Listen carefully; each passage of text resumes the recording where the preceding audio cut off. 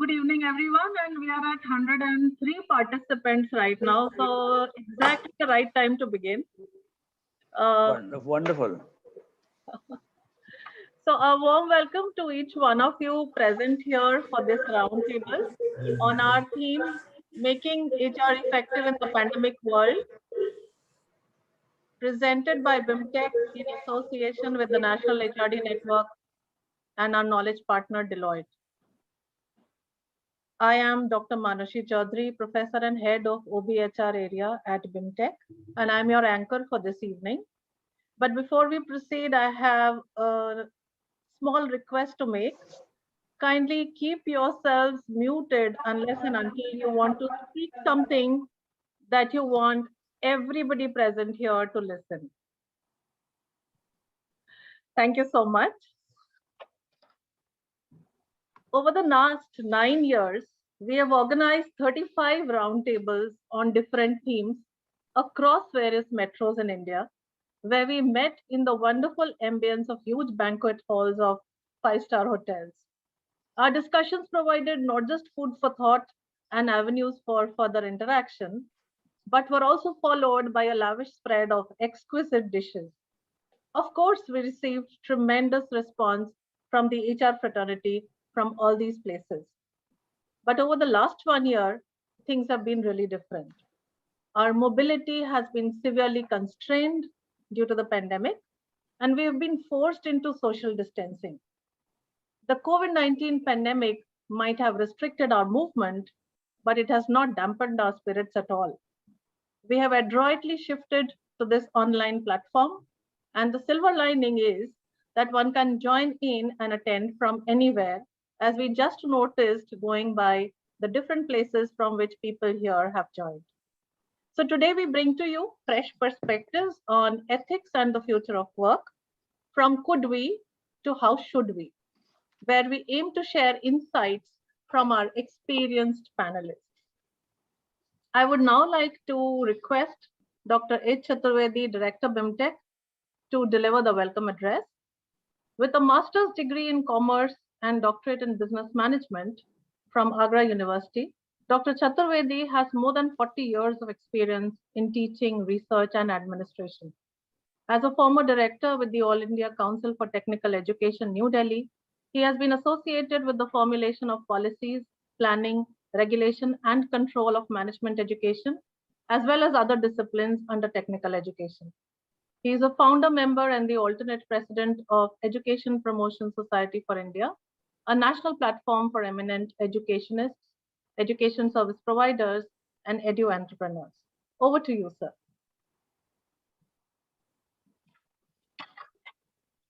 Sir, please unmute yourself.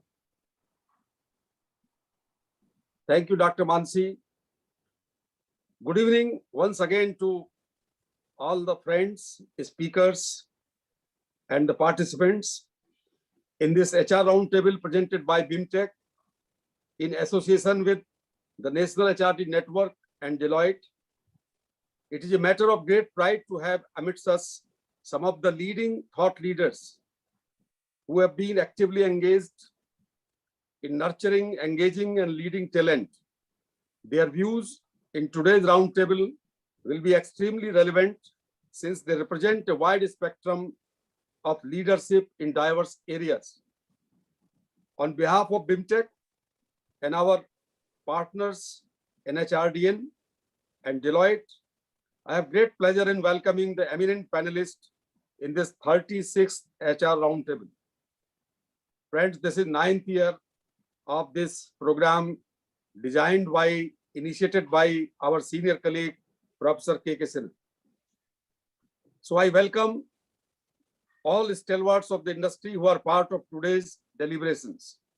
Our speakers for the day in alphabetical order include Dr. Badri Narayana, D, Director, Organization Development, Deloitte India, Mr. Dilip Kumar Patel, Director, HR, Ntpc Limited, Mr. Manmohan Kalsi, Advisor, HR, UB Group, Mr. Ranjan Kumar Mahapatra, Director, HR, Indian Oil Corporation, Ms. Saswati Sinha, Senior Vice President and Head HR and Legal, Child India, Samsung Group Company,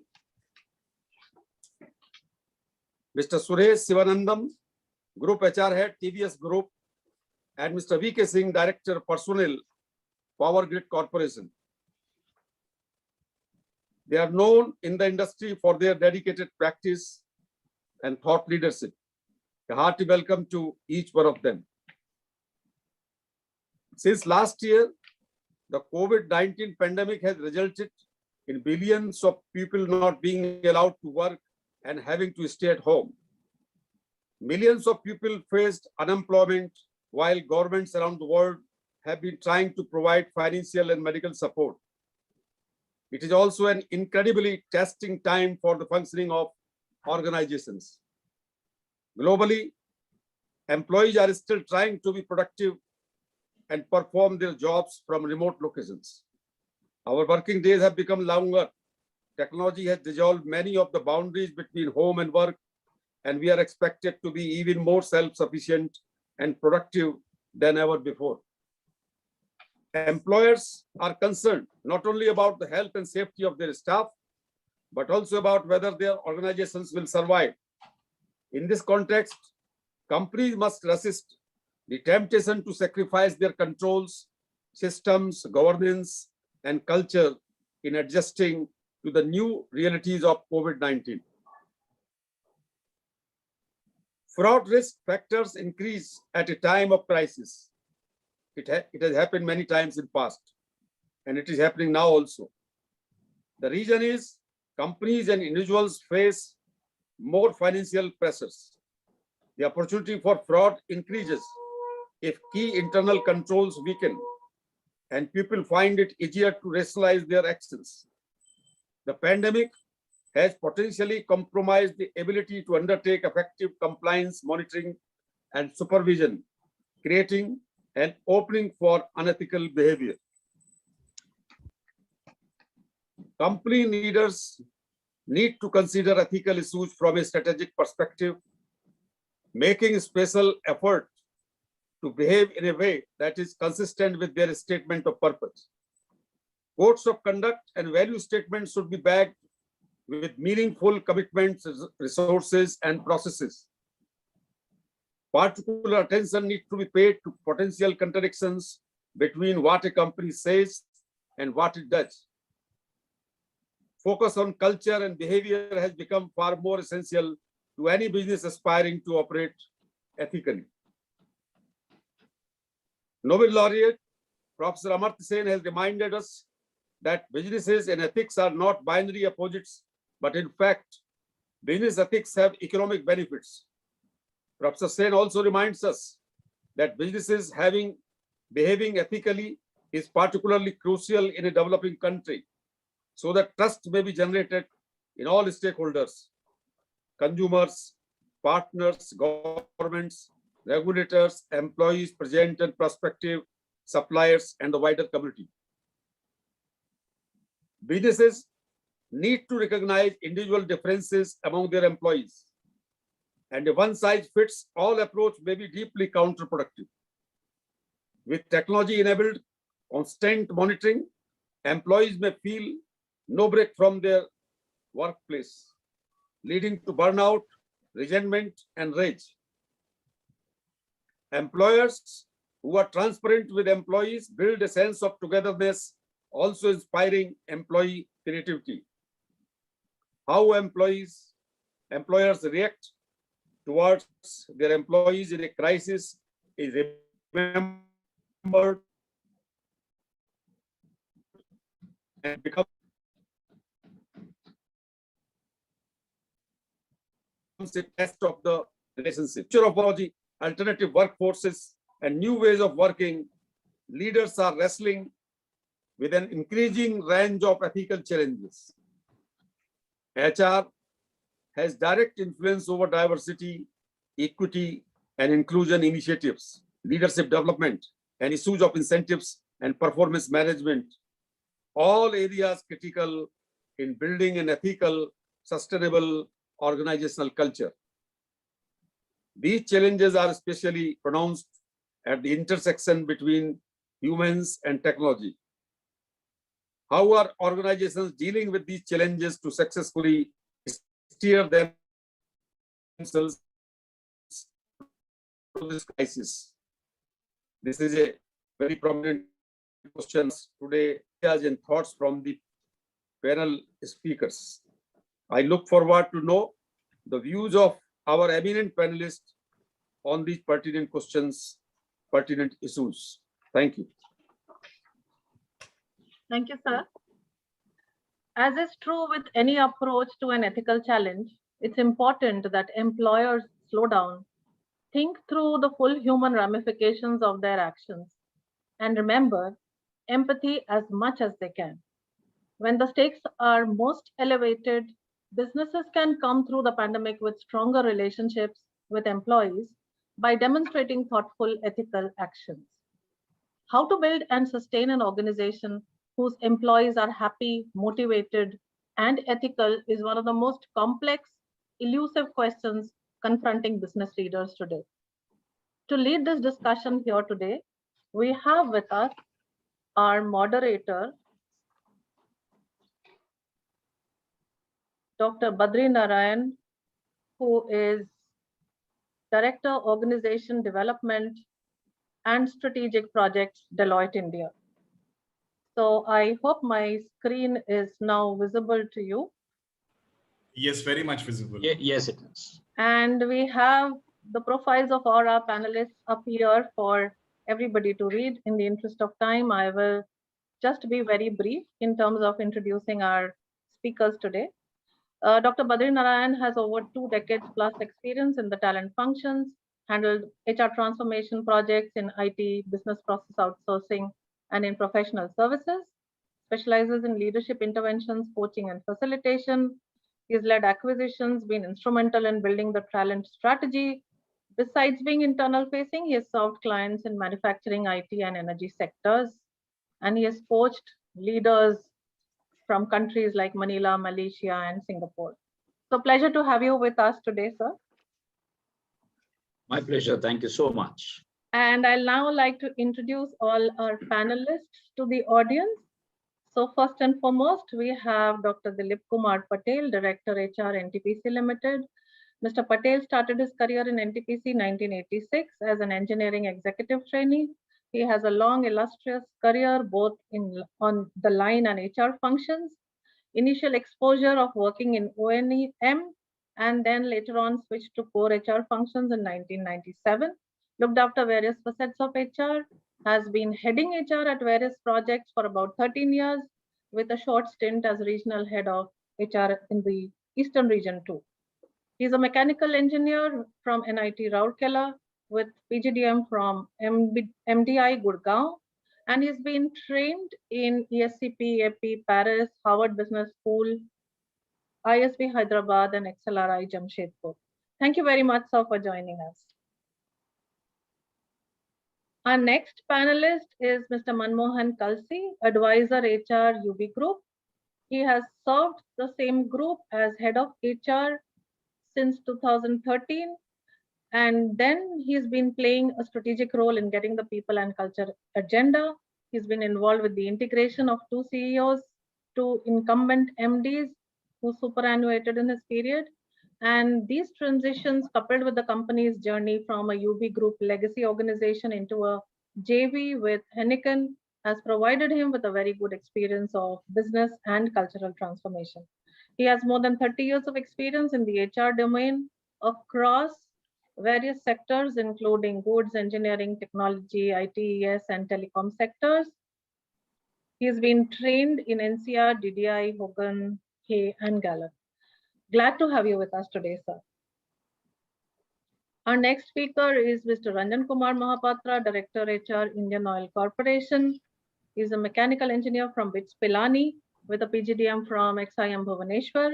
He joined Indian Oil in '87 and has worked on varied assignments, including terminal operations, supply chain management, logistics, been associated with evacuation of finished products from Indian Oil's domestic refineries and product upliftment agreements, and played very significant roles both in Sri Lanka and Mauritius. So it's a pleasure to have you with us today, sir. Thank you. Next speaker is Ms. Shashwati Sinha, Senior VP and Head HR and Legal, Shell India, which is a Samsung Group company. She has over 21 years of experience predicting across industries like advertising, media, KPOs, and she's been in the business of talent as a passion rather than an occupation. A law graduate with an MBA in HR, she's won multiple awards. You can read through them, it's a long list. And she's been part of the leadership team driving organization talent audits at C-suite, cost efficiencies and organization restructuring for productivity and agility. She's focused on driving digital transformation of talent and processes and organization restructuring to make Shell future ready. She's worked on several global projects and matches business goals with talent interventions, ensuring ROI and business results. Thank you for joining us. Next is Mr.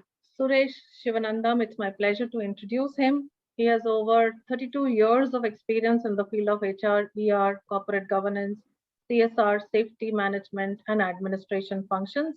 Currently, he is VP Group HR TVS Group. He has a master's in social work and MBA in strategic HR. Prior to this, he's worked as Executive Director HR at Sanmar Group and as President HR for Zuari Cement. Leadership building, optimum utilization of resources, hiring our young talents, and developing them for future roles are some of his ongoing objectives. And last but not the least, we have Mr. V.K. Singh, Director Personnel, Power Grid Corporation, who holds a BCom honors from Delhi University and a PGDM from XISS Ranchi. He started his professional career in the year 1985, moved on to Power Grid in 1992, and has worked at different levels, sites, regional headquarters, and corporate center in all facets of HR. He was earlier Senior General Manager HRD, handling flagship projects such as capacity building, restructuring policies and procedures for Northeastern states, strategic alliances pertaining to learning and development for employees, as well as external customers. So welcome to the panel. Welcome to all our panelists. And we are very fortunate to have with us some very eminent people from the HR professionals, which I can see on my screen. I'll be naming a few senior people, but I may be missing out on more people maybe, but please spare me for that. Mr. Ranjan, Kumar, Mr. Deepak Bharara, Mr. Subir Sinha, Dr. G.P. Rao, Mr. Raghunandan SV, Mr. Anil Chawla, Mr. Rajendra Khimsera, Mr. Vipin Chandra. I also see Professor Parameshwar Naik from Birla Global University and many colleagues from BIMTech itself. Welcome to all of you. And I now hand over the proceedings to the moderator, Dr. Badri Nagar. Thank you so much, Manasi. Thank you so much. A very good evening to everybody. And it's a complete privilege to moderate this session with such eminent speakers and HR fraternity that have gathered here. Thank you so much.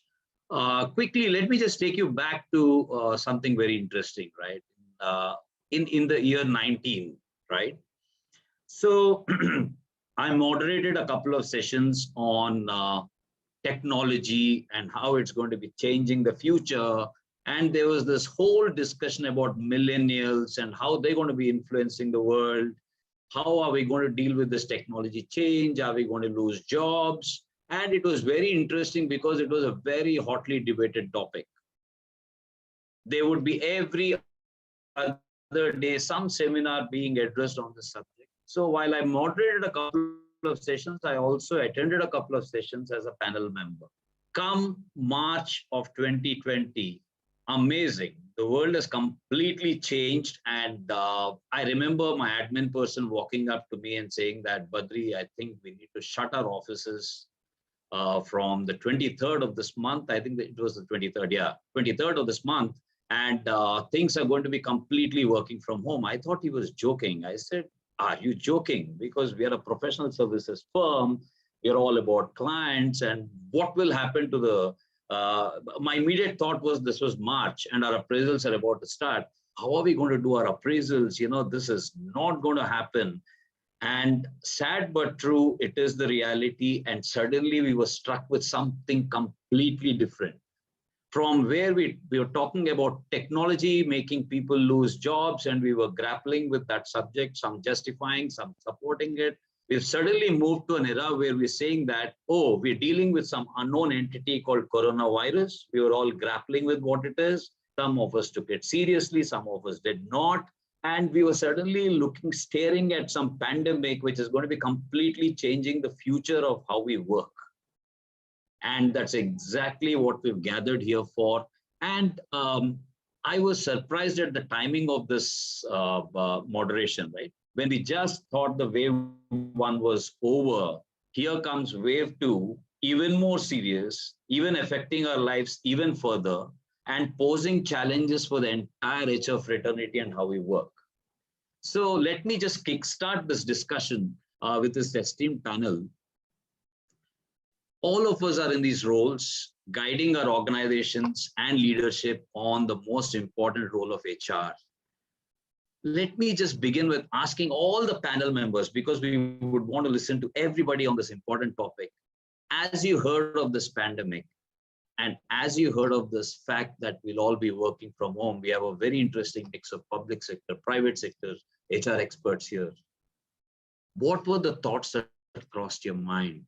And as it settled in, within the next 24 hours, what were the top 2 employee concerns you had in mind? What were the top things that you had to tell the leadership? And imagine all this in the background, that work is now going to be flexible. People are going to be working from the comforts of their home, from their drawing rooms, perhaps. We're all used to looking at our people right in front of us, and we're so used to it. So what were the thoughts that crossed all the leaders' minds? Let me start with Mr. Dilip Kumar Patel. Over to you, Dilip. Thanks a lot, sir. Most respected my HR mentor, Sri K.K. Sinha, sir, Mr. Chaturvedi, Director BIMTech, Mr. Badrinaran, Director Dilip, Mr. Ranjan Singh, DG NHRDN, my co-panelist, and other esteemed colleagues connected digitally. It is really heartening that BIMTech, in association with NHRDN and Dilip, has organized this 36th HR Roundtable on a very relevant theme. I am grateful that I have been given an opportunity to share my thoughts.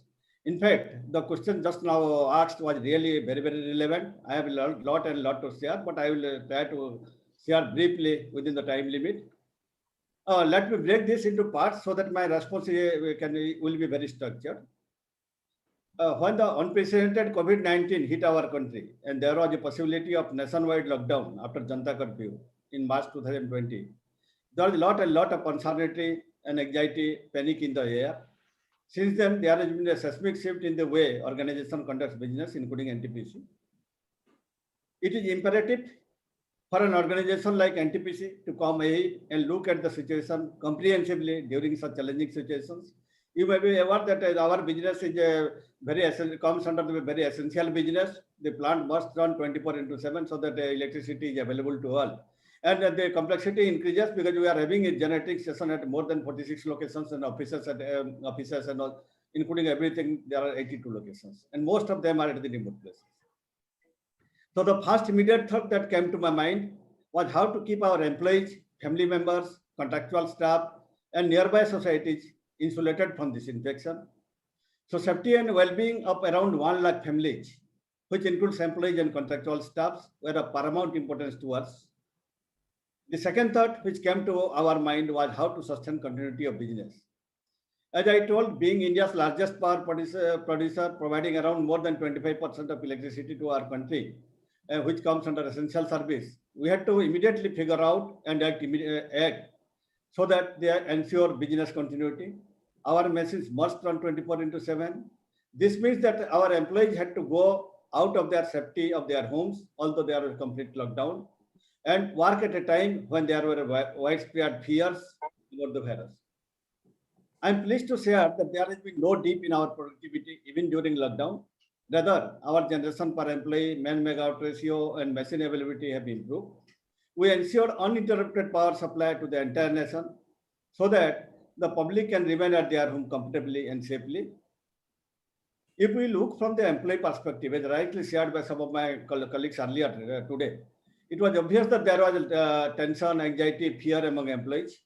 The only thing that employees expect during such cases we have to look from the HR point of view, is that organizations should stand by them and exhibit empathy. Employees have to get tuned to the new norms of working, as we do not know when the crisis will be over. There's a lot of uncertainty. In fact, the crisis is still continuing. Thus, leveraging technology for the convenience of employees working was very, very critical. And as rightly shared by some of my predecessors, more than the technology, it was a cultural shift. Culture plays a very, very important role, where a major section of employees have to move to work from home mode. The employees, let me share that the employees embrace the changes very well. When the purpose and rationale behind the changes are communicated in a very transparent manner, then the employees embrace the changes in a very positive manner. We have achieved various milestones even during lockdown, which I will be sharing. But the important strategies were well-being of employees, all our stakeholders, associates, and leveraging technology. Instilling a sense of confidence among employees was very important. To reassure our employees, we had established various channels of communication. Communication plays a very, very pivotal role. There was regular interaction on every day. On Delhi, we are conducting meeting where all the board directors, including the CMD, they were interacting with different sections of employees. We are sharing the latest development, and then we are also taking feedback, the problems in different parts of the country, in different projects. We used our internal communication apps, Samvad, and social platforms extensively. We came out with many new communication channel, innovative communication channel, like preparing videos and other things for dissemination of information. One important thing is that rumor has to be dispelled. So that's why the communication played a very important role. Second, for the safety of our employees, family members, and stakeholders, we had to ensure availability of various protective gears like PPE kits, gloves, sanitizer, masks, and so on. If you remember, these things used to be a very scarce commodity during initial days, and as I told, most of our projects are in remote location. So we procured it centrally from Delhi and supplied to all our projects, most of which are at remote location. Although it was a Herculean task, especially during the complete lockdown period, still we could able to supply it through our ambulance and various other mechanisms. We had constituted an advisory committee, put in place various standard operating processes, whether it is pertaining to our operation, it is to maintenance, or even township and other aspects, and implemented all government guidelines in letter and spirit. As our projects are located remotely, we tied up for Suraksha Kavach with Apollo Delhi, where the patients infected by COVID could avail treatment sitting at home through video consultation. It proved to be really big relief for the patients. Now also it is going on. This was extended even to our retired employees. Because there are a lot of scarcity of bed and we didn't have that type of specialized facility in remote places, so we created our own COVID care center with telemedicine facility from the expert doctors, one in each region, so that no employees, family members get deprived of treatment if required. Particularly, this was quite helpful when scarcity of beds in hospital and for the remote projects. Even when there was a need, we are using air ambulance to ship the patient to Delhi for higher treatment. We had gone beyond our boundary and did our bit for the society and nearby population. Apart from contributing 250 crore to PM Care Relief Fund, all of our employees came forward and donated their one-day salary. Some even donated even 1 month salary also. We exhibited a sense of confidence among the employees and outside stakeholders also. As I told, technology plays a very important role. Already Ntpc was using various IT-enabled applications even before COVID, like SAP, ECM, Pradeep, and so on. So this came as a big relief to deal with the COVID situation. We could manage our work uninterruptedly because of this implementation of this technology, leveraging this technology. And during COVID, we used this technology extensively. Even in the month of April, we could conduct our, in public sector, aware that the recruitment activities are very sensitive, but we could conduct it in the month of April itself. And all the promotion activities were carried out uninterruptedly. In the learning front, we introduced various innovative techniques, various tech-based learning initiatives, such as e-modules, AR, VR-based learning, HMM, which is bite-sized e-learning modules, mobile app for learning, and so on. Well, and even let me share that we conducted simulator training in remote mode for the first time during lockdown. This was received overwhelming response. We used it as an opportunity to invest in employees' development. And there is another IT-enabled platform we developed, Jivan Raksha. Medical advice was provided to more than 60,000 patients during the first wave of lockdown. As I can share that the role of HR is very, very critical during management of crisis. The role of HR is pivotal. As people who look to HR for guidance, support, and facilitation, it is HR who can build confidence among employees during such tough time. HR has to sense and comprehend the challenges and act fast. During such cases, exhibiting ethical behaviors and translating into action is of paramount importance. Our stakeholders judge us not by our profit or our financial performance, but various other aspects like concern for environment, ethical practices, corporate governance, and so on. I'm pleased to share that when there was complete lockdown and our contractual staff could not come to work, we paid them full salary, and that too on the last day of the month. We understand and appreciate the fact that they are the people who have played a very, very significant role in the growth story of Ntpc and in the O&M of Ntpc. It is a time for the organization to extend a helping hand, and we provided all type of supports, not only salary, we provided food packets, all the essentials, groceries, and medical kits, and everything. Yeah. So, Mr. Dilip, I think the top two themes which were really coming out is how the leadership stayed in touch with people, and most importantly, your leveraging of technology that shined through. Yes. Besides, of course, the various things that you said, and you touched on something very important, which is the ethical side of people are all working from homes, and Mr. Chaturvedi also alluded to that point when he started, right? So people are all working from home, and the chances for fraud increase. The trust that the leadership has on people.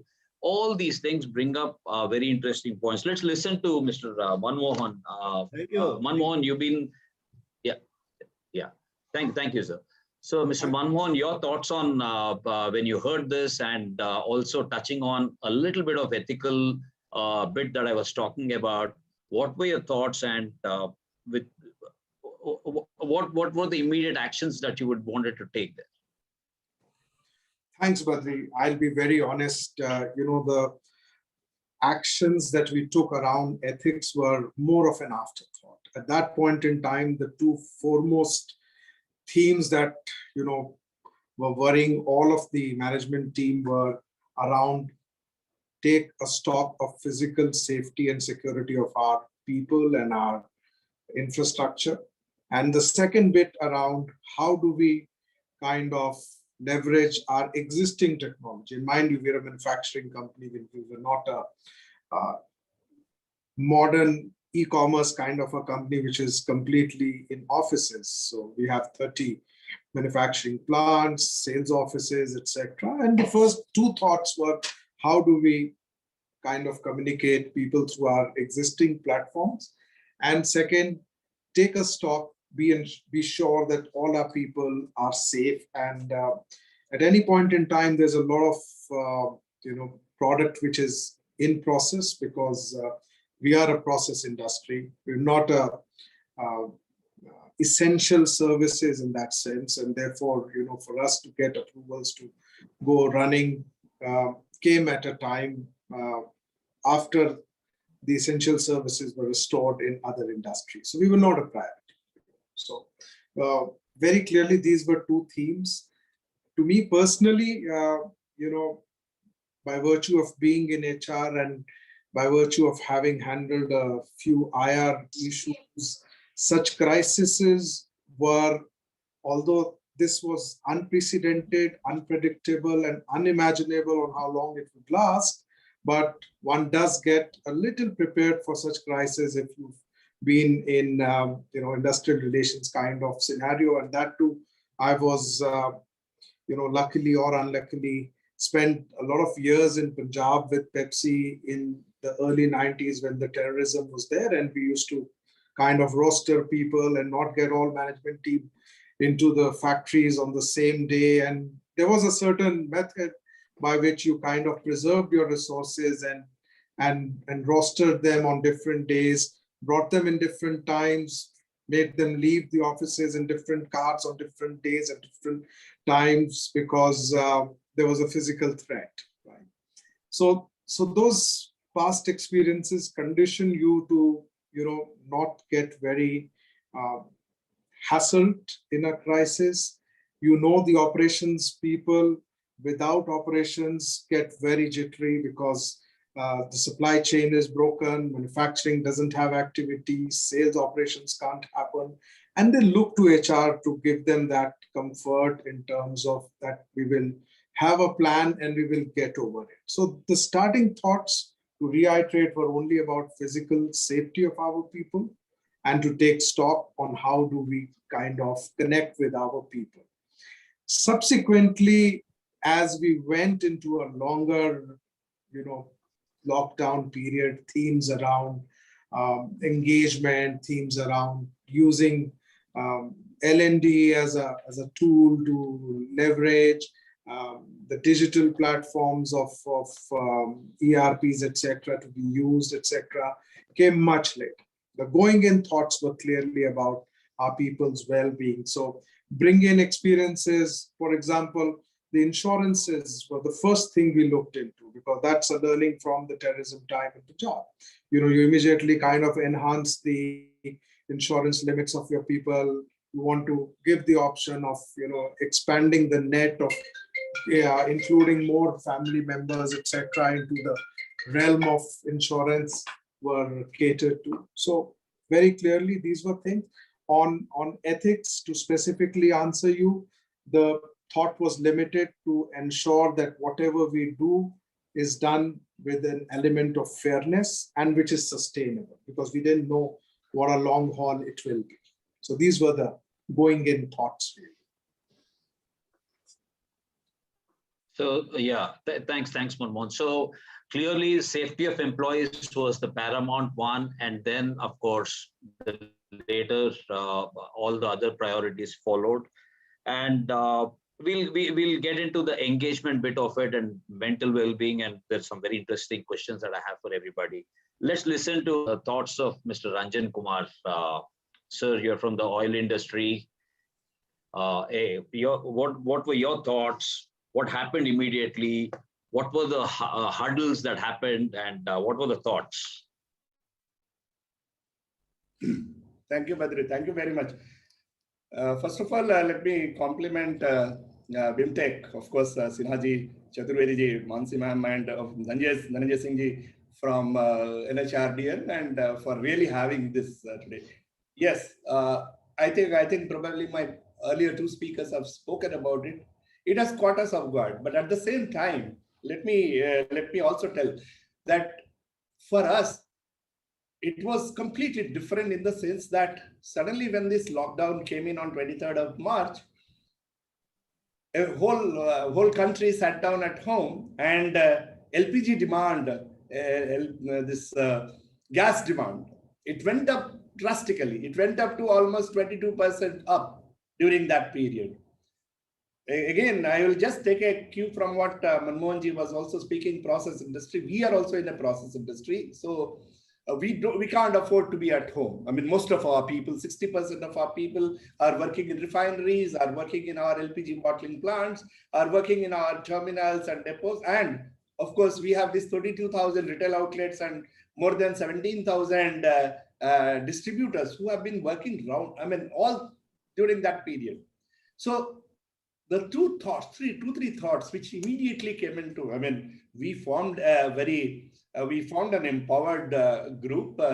We called it COVID Management Empowered Group, which was being headed by me. But the immediate thought which came into my mind, of course, to management's mind, that is three things. One is, again, what Mr. Manmohan has already told about safety of our employees, number one.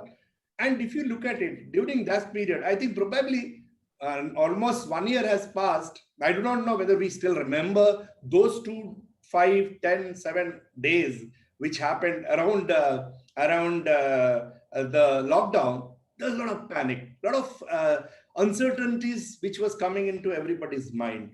So how do you keep people motivated during that period? How do you give that comfort to people? That is number two. And number three is that, as I told, 60% of our people were working from the process industry, that is our workplaces. 30 to 40% people were working from home. So how do you keep them engaged? How do you really make these people support the people who are working in the field? So that was the problem.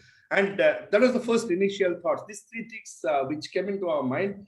Of course, we thought that we will how we'll approach it in a way that it's ethical and it is appropriate. We have our core values: care, innovation, passion, and trust. And we would like to build everything around that so that we meet the requirement, meet not only the physical requirement. At that point, I think probably mental requirement was much more important at that point of time. How do I really keep my, how do I, when somebody is a young boy working in a LPG bottling plant, his father calls up, his father is 60 years old, 65, 70 years old, he calls up, will I have to send my son to the LPG bottling plant? How do I give him a comfort? Yes, we have taken all care so that he is safe. And how do I give them that confidence in my system? So that was the main problem. I think probably I am very happy at the end of it. Now we almost have moved a year now, and very happy the way we kept our people engaged, the way we have sent out all our advisories, the way we sent out all the authentic communication. I mean, almost, I think Patel ji was also telling that higher management speaking to people at the field and who says this pandemic has been only bad for us. It has been, how could have been possible that we would have been able to reach the last mile person? My minister speaking to the delivery boys who comes with a cylinder to your home and delivers cylinder at your place. They were all moving. We were delivering 30 lakh cylinders a day. So just imagine, that means what? Suppose on an average 5 cylinders or 10 cylinders are being given by these people. 30,000 people I was exposing every day to this pandemic. But how do then I take care? How do we really reach people? So this is, I think, one is that giving authentic information, giving the guidelines, how you go about it, and giving them that confidence that you do really care. I think one sentence which Chaturvedi ji also started in the beginning, when you make people feel that what the company says and what the company does, and there is no gap. And it happens individually also, what I say and what I do. If there is no gap, there is a trust, and that trust needs to develop. And that was the first thought which came into our mind, and we worked on it. And I'm very happy to say that really it worked. Thank you. That's very inspiring, Mr. Ranjan. In fact, the authenticity that you're talking about, right? So important, so very important for organizations. And most importantly, how do we reply fathers and mothers who are calling the offices, inquiring about the safety of their employees, when we don't have answers ourselves? We have intent, we have authenticity, but how do we really give that faith in them that everything's going to be fine? There are only a finite things in our hand, right? So those are all very interesting thoughts. So Shashwati, let's move to you. What are your thoughts on this? What happened? Where were you? And how did you? What followed?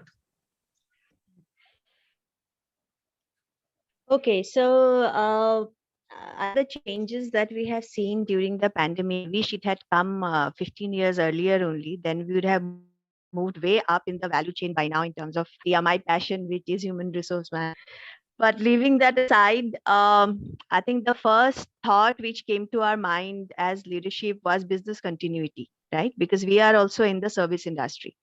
So how do we ensure business continuity? How do we access data from outside somewhere? How do we ensure that the campaigns which needs to go live, we have all the artworks, everything with us, with our people? I think that was the first thing which came into mind, that how do we ensure business continuity? Second thing, which was that we thought was that to ensure even the business continuity or work as usual so that work doesn't suffer.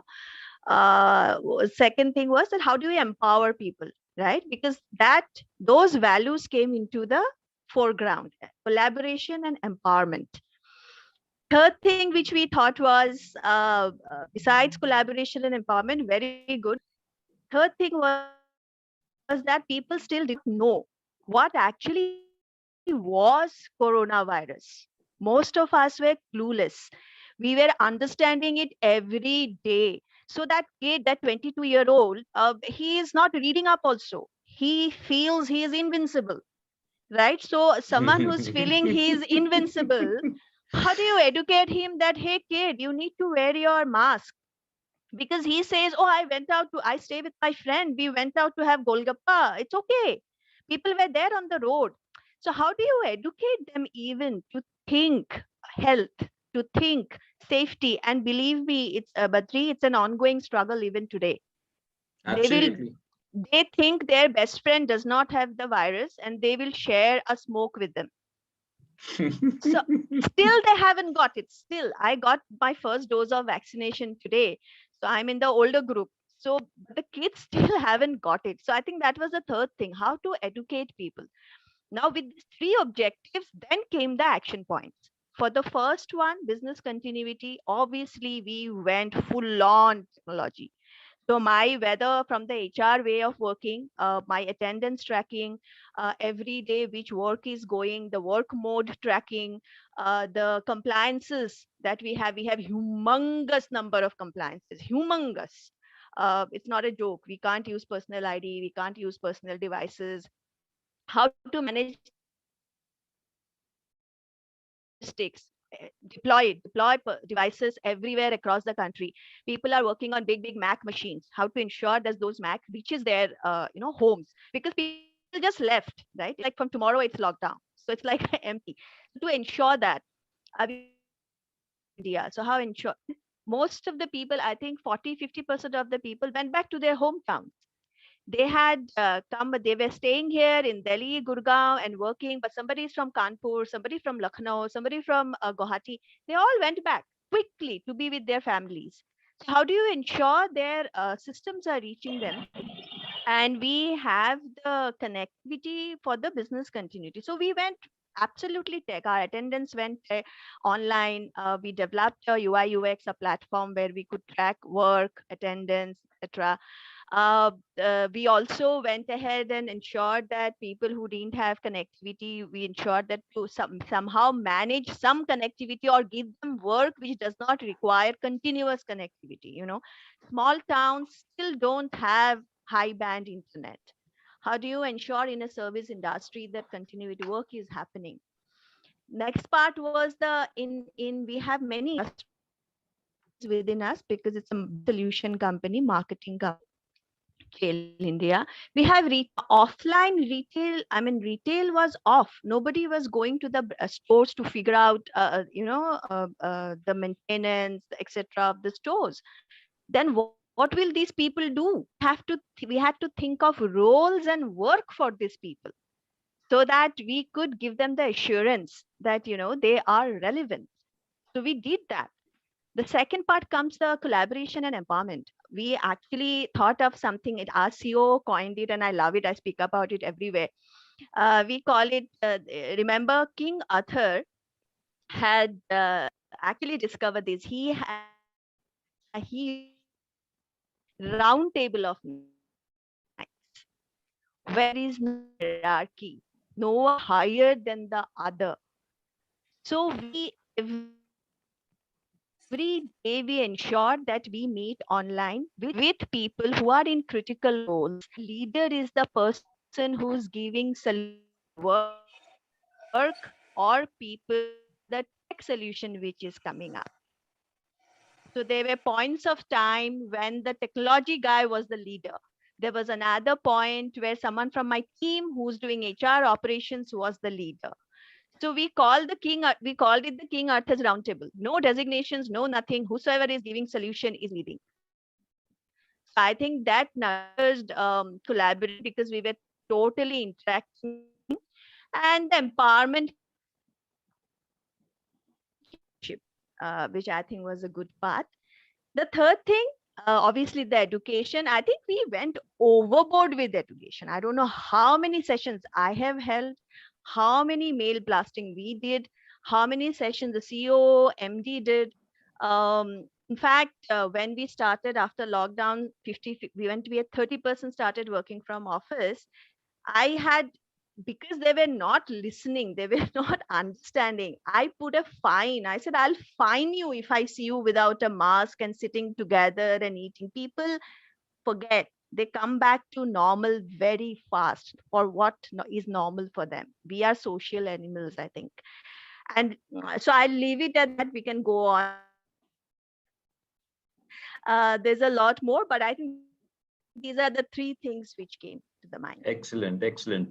So business continuity, and it was in your organization at least, HR had to lead the way on baptism by fire, and I cannot agree with you more. The amount of technology Shashwati people adopted in the last 1 year, right? I can take the example of my mother. She understands technology very good now. She knows how to switch on. Yeah, she knows how to switch on Zoom, and it's amazing the way we've all adopted technology, right? They say change is the only constant and cannot be a bigger demonstration. Thanks a lot for that. Moving on to Mr. Suresh, sir, you're from the TVS Group and you've been in the forefront, and TVS Group has been in the forefront on combating this COVID through contributions to PM Relief Fund, etc. But I think what is very interesting is, again, a huge group, so many number of employees, and what were the top thoughts and what hurdles happened with the leaders, and what was your advice to them immediately after that, and regarding employee concerns, how will people work, how will work get done? Over to you, sir. Yeah, first of all, at the outset, my sincere thanks to the BIMTech and of course, Badri, to you for moderating this session and for all the faculties. The moment the lockdown was announced, actually 1 week before itself, we all used to plan, because there was a lot of indication before the so-called March 23rd of last year. So we started planning, but the moment it came on 23rd, I would say 2 or 3 things was there in all of our mind. One is about definitely the employee safety and health.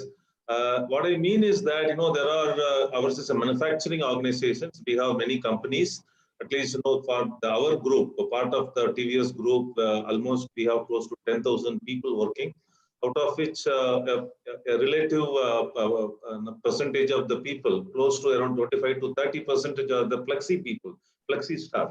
So their survival, their livelihood was the question, apart from their safety and health. So this is most important thing was there. Then as others was talking, the business continuity is important, because some of our industry is a process industry. So to ensure that the material what we have, the compound what we have is also to be protected, because otherwise it is a waste. So that is also another concern, and then also to meet our customers' requirement. In fact, as one of our business, we supply to some of the essential products company, the manufacturing company, including like Ntpc or the power corporation or the coal industries. These are all the products. So business continuity, employee safety and well-being, business continuity, and also to take care of the livelihood of the people, particularly the flexi staff. This was, I think, I would say, this was the top 3 things were there in our mind. But fortunately, what has happened, immediately after that, we used to, it was a kind of, the team has got formed, I would say that formed by itself. There is a huge support from the operators, the workman side. In fact, the people started understanding what is agility. So this is most important thing, because we all know that certain things was already known, already available, like a VUCA world. But people have really started understanding what is real VUCA is. So this is something, and we also started parallelly taking a lot of sessions through online, not only for our executives, also for the operators, including for the contract employees. Some of them are the migrant employees. They started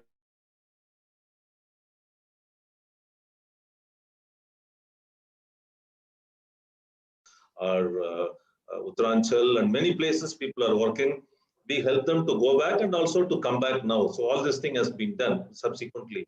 But most important thing what we did is that, the group which has formed, in fact, the agility was talked much by the team.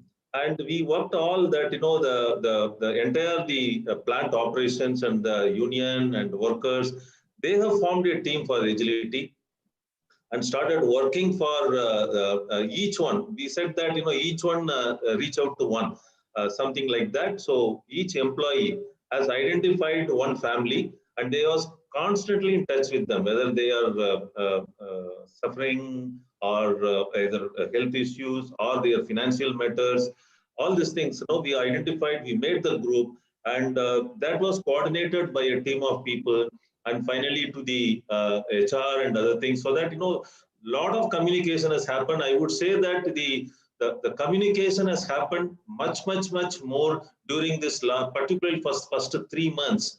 So I could have spoken to almost around 5,000 plus people during that period. Like that, each one could have interacted with 2,000, 3,000 people. So they all became now very close. The culture over a period of time, today, if you look back, what has happened during that period. So today we all know each other very well. So that's such a big organization with so many number of people. So each one knows others very well. So this is one of the important things. And the economy. So how to bring back the economy? First 2.5 to 3 months, of course, we didn't operate the plant at all because of the lot of restriction in movement. Then slowly we need to get back. Of course, the lot of discussion has happened whether to cut the salary or not. Of course, we did it, but then we paid back subsequently. So all such kind of thing has happened. But most important was there in our mind is that the 3 things what I told, and we were ready within a week's time from 23rd of March with our manual also. And that has been communicated. In fact, over communication has been done because that's what we felt it was important to do it. Reach out to the people, reach out to the family, reach out to the children. Fortunately, we have the schools, previous schools are there.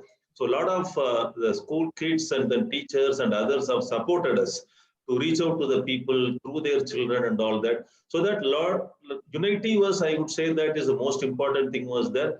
Yes, close to 100 and odd people also suffered COVID, but fortunately, no fatal has happened during that period. But then it was a painful period, particularly the first few months. It was unknown. It was a fear of unknown was very high for all. So somebody who got COVID means we need to do a lot of the regulations, how we have to control this and all that. So all this thing has happened. I would say that the 3 things: employee safety and well-being, business continuity, and of course the livelihood of the people. And we had the manual ready, we were communicating it, and continuous meeting of the people was one thing which we did. And then of course, fortunately, touchwood, from June mid onwards, the business started picking up. So people started on their own, even started coming on Sundays.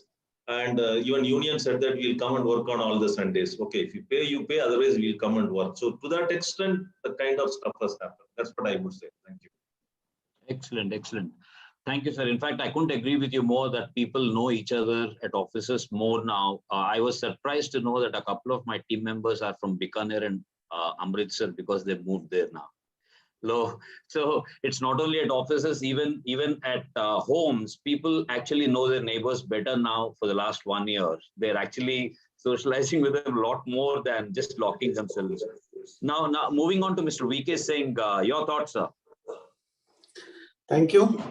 Thank you for waiting for such a long time. I represent Power Grid Corporation of India, where in transmission and telecom, we're the 3rd biggest in terms of assets and 5th biggest in terms of profit, and that is our top credentials. So to us, safety was the most important aspect. I mean, the first was safety, that we need. This time you need not be a great place to work. It's very important to be a safe place to work. Inculcating safety. And for safety, when the COVID struck, we found difficulty in getting people admitted in hospitals. So we created our own isolation center at all over India. We are transmitting the more than 50% power of the country. So we are virtually located from Kashmir to Kanyakumari. And so we created our own isolation center where we provided them three layer of medical safety. Other than ICU and ventilation, we provided all employees and their family member to contract labor and to the construction labor. They could use this isolation center we had created. Then apart from insurance, increase in insurance, what we did in terms of contract labor, we had about 12,000 contract labor. We were paying 250 rupees per day extra. For initially almost 4 months, we paid them 250 rupees extra because we realized that they are the frontline people and we need to engage them. Not only we took them inside and provided them a safety cover because we are in essential services. I mean, we cannot be interrupted. I mean, power is such an essential thing. And fortunately, we had a lot of experience earlier. I mean, we are part of the disaster management committee of the India disaster team. So we had a lot of disaster we had handled earlier. That experience came us handy. The first thing about safety. Then regarding operation, the second part is the HR part. I'll tell you that we started doing differently. We had to find a different way, but the COVID taught us 10 new ways to do it. Earlier, people realized it's the only way you can do it, but the COVID taught us that you can do anything in 10 different ways. And we, in terms of IT, we immediately moved to the work from home, cloud, and that was very smooth transition. And that was in terms of IT. And with regard to HR, I'll tell you, we were doing everything on time. We waited, our campus recruitment. Unlike public sector, we had started virtual reporting also, per person sitting somewhere, reporting somewhere on virtual basis that we started. So idea was to motivate people and engage them in a new way. That was their L&D played a very big role, teaching people. We were doing a lot of things on our own, which were being done by our contractor or some equipment manufacturer. We started repairing on our own. We started a lot of things which were in a totally different way. We changed our policy, procedure, system. So in 1 year of COVID, the organization has totally changed. What we could not learn in last 30 years, probably we could learn in 1 year. So COVID has totally transformed the workspace as far as power is concerned. And I did a construction when the COVID struck us, we had about 30,000 crores of work in hand and about 15,000 workforce scattered all over India. So what we did, we provided them, we improved their living condition, made them very safe. We not only saved them from local population. So what happened, we were handling 15,000 workers on our own, not on our contractors' road. So what happened when the COVID things eased, and these people did not go back. More than 80% of the contract laborer we could retain, and they stayed back with us. And the moment the COVID condition stabilized, we could retain, we could use them for constructions. So these were the things, major things we did, especially particularly in construction. Retaining 15,000 of contract labor when they were running, going back to their places like earlier people said. So we did not have this problem. We could retain a majority of them because of our outreach. And this time we initiated, we went, I told you we changed a lot of policy procedure. We came out with a lot of award scheme. We empowered all executive directors that they can give on the spot award like that. And one thing more important which was happening was a lot of innovation was taking place. And we realized normally innovation takes place at the by the people who are closer to the work. And we got a lot of patent registered during this time. So, the COVID transformed us, not only in the terms of technology, but in terms of behavior and culture. And I would again say HR has a big role to play in especially keeping motivated at this hour of crisis. And another very good thing is that when organization is triggered with fear or anxiety, people are more cohesive. That's the one advantage which can be used when people have any fear, anxiety. This can be used as it's a very cohesive force also. People come forward, they provide solution. That's also which we witness. And I tell you, in terms of line availability, we improved. In terms of tripping, we improved. In terms of all financial parameters, we had a much better performance this year, despite COVID. So, real test of any organization is how you behave in uncertainty, and COVID was very uncertainty, and how you prepare your organization. That's the major challenge. So, this is the time HR was a major enabling factor in people dealing with the new dimension. So you had to disseminate that knowledge. We were entering into new vertical also. So L&D played a very big role. It was easier also this time. Although we had 5 academies, we had to close down all the academy, but they were running online. And I must tell you here that most of the people think everything can be done from work from home. We are a brick and mortar company, and we know that only 30% can be done from work from. Rest remaining you have to do hands-on job only. It's not possible. Work from home is not possible in all sphere. So these 65% people or 70% people who cannot do work from home, you have to create a big safety net for them. And that is the most important. I mean, those who work from home, they have the leverage, they could go work from home from the safe environment. But those who are working on transmission line, construction of transmission line, maintenance of transmission, it is not easy. I mean, so creating a safety network for them was very important. This is, I will conclude this, that. Excellent. So, thank you. Thank you. Yeah. So one thing that is shining through with all the experts who have spoken is empowering people. And the other thing that has come through is how soon the hierarchies got dissolved, right? Yes. From what Shashwati was speaking about. Now, suddenly this myth of I'm a boss and I have a team and standing in front of them, the sir culture, it's all vanished now. It's almost like everybody has to contribute what they can. And most importantly, HR has been demanding a seat at the table. Now it has happened by default. That's what I can see all the experts saying. Now HR has a seat at the table and it's for us to make the best use of it. Now, moving on quickly, one of the most important things when such changes happen, particularly in this context, is how are people going to be assessed? There'll be a lot of doubts in people's minds that how will my assessment happen? The boss is not able to interact directly at places where it is possible, it's possible, where it is not. We are so used to having the person in front of us. Now, suddenly people are sitting at various locations and I'm assessing somebody from a different distance with all the technology at play. So Shashwati, any thoughts on this? You've been at the forefront of digital transformation, and any thoughts on this? How are we going to be assessing people? What are people going to think about this technology and assessment, fairness, equity? How do these things play out?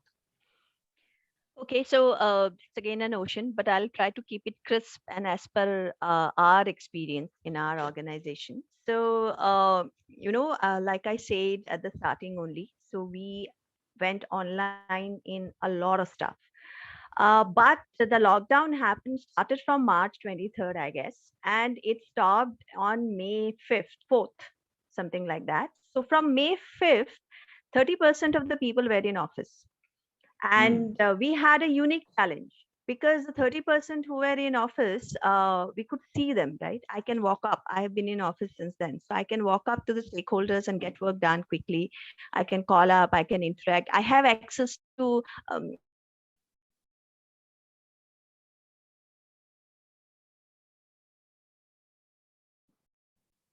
people now 50% of the people sitting at home, it became a problem. So obviously, it was done at 2 levels. The macro levels like retail or activity events, line events happening. In retail, there was no.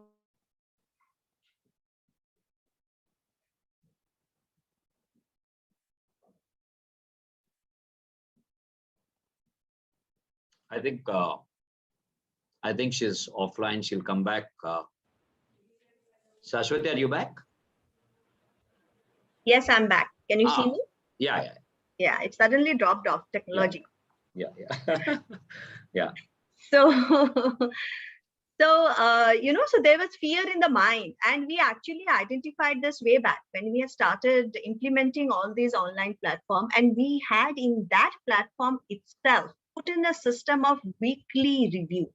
We did not say it will be annual review. It will be weekly feedback, not even review. It is a weekly feedback system that we put in place. And like I said, the roundtable really helped because every day, start of the day, we used to review what's happening where. That is the reason we could identify roles.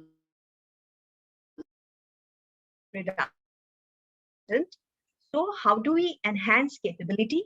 How do we move people from one role to another?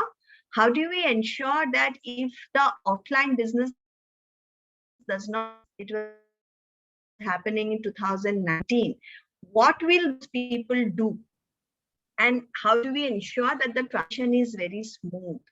So that thinking and rationalizing, all of it happened in the month of April. I have rolled out increments in last year, March also, and I have rolled out performance bonus and increments this year also. All done online, and we could do it simply because we had thought it through. We had to optimize some role. We had to let some people go because no one has achieved their targets in private organization. I think most of us have not, except for the medicals, biosciences.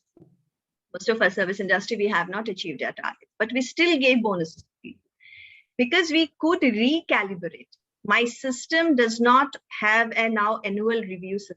It has for work from home people weekly, and for the people who are working from office, we actually have a monthly review system, which is online, which you go into, and it's just a feedback session. It's constructive feedback. What's happening? Where? What are you doing?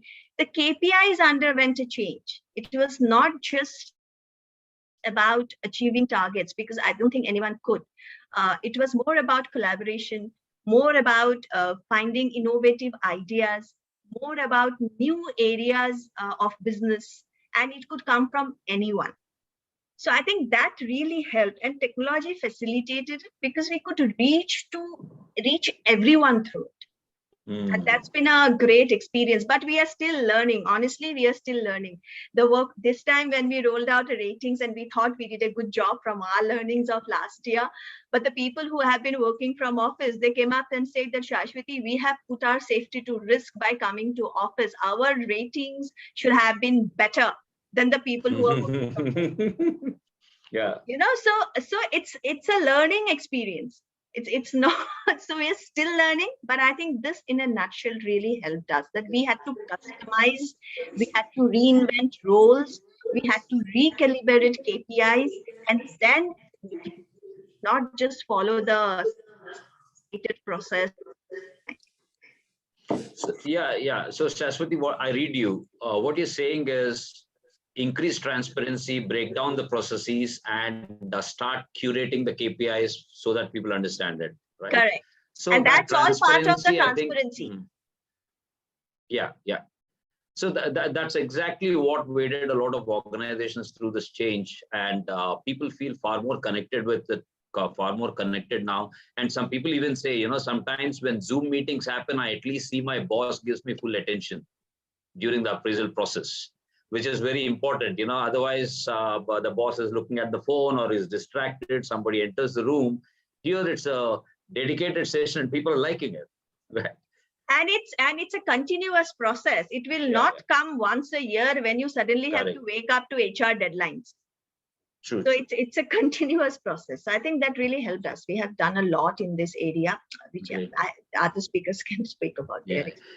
Yeah. So Manmohan, turning it back to you, one of the things that the brewery industry, of course, they have struggled in the initial phases. They've come out of it now. The thing is, there is a business reality that the leaders have to chase, right? And there is this employee angle, and we are at the cusp of both of them. The HR experts exactly sit in the middle. How then do organizations handle this? How do we communicate to the employees what, according to the leadership, is fair, how do we then go back to the leaders to say, hey, in these circumstances, this is how we need to marry the best of both? And what role does HR play there?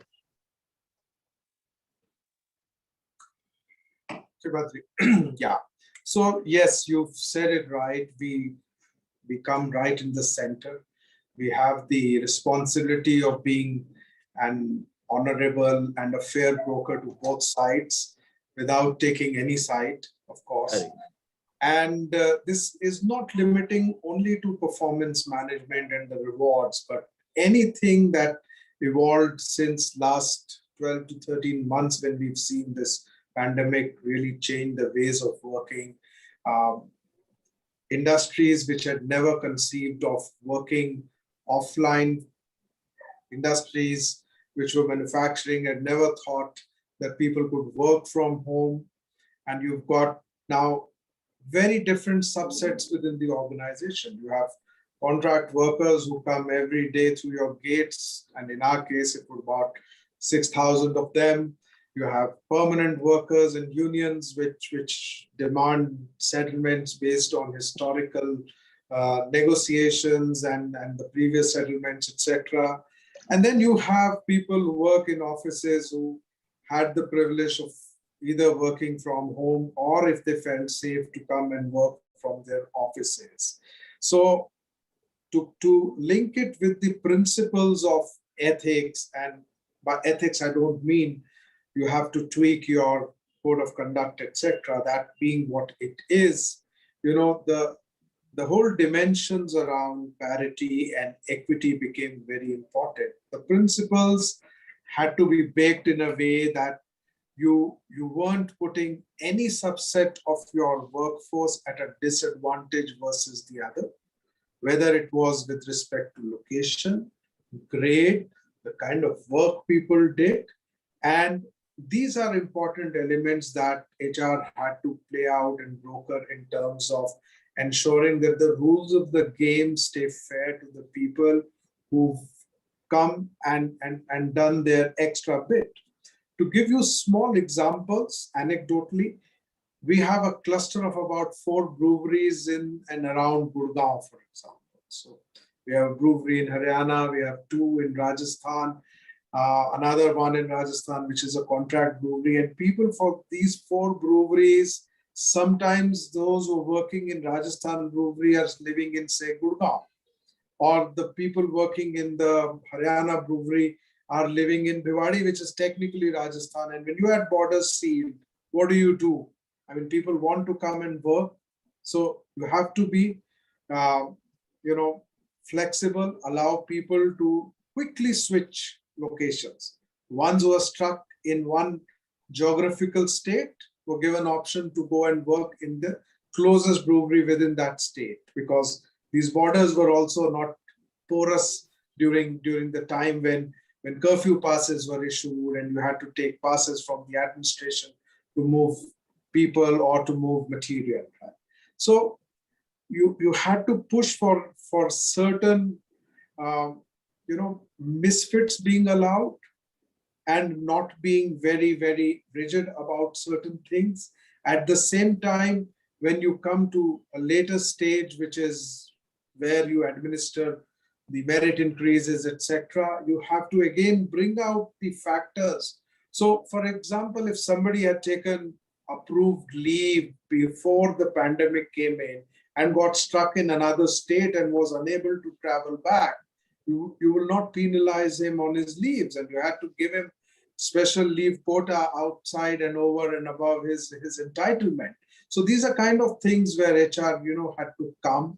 There weren't policies written for these things. You don't have rules written for every single instance that you will encounter. And therefore, a lot of onus was on the HR teams to think on their feet, quickly align the business functions, and keep putting newer guidelines into circulation so that everybody is aware and you're not doing favors to a certain set of people.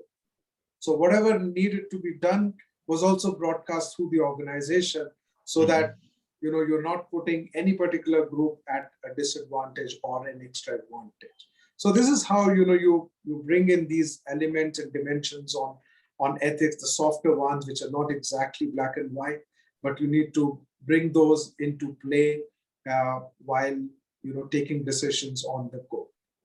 Yeah, so great. So that brings us to the most important thing that matters to the employees the most: their appraisals. How do they get paid? What happens to their performance pay that they used to earn every year? So quickly, can I ask all the speakers in no necessary order, or I lead the way?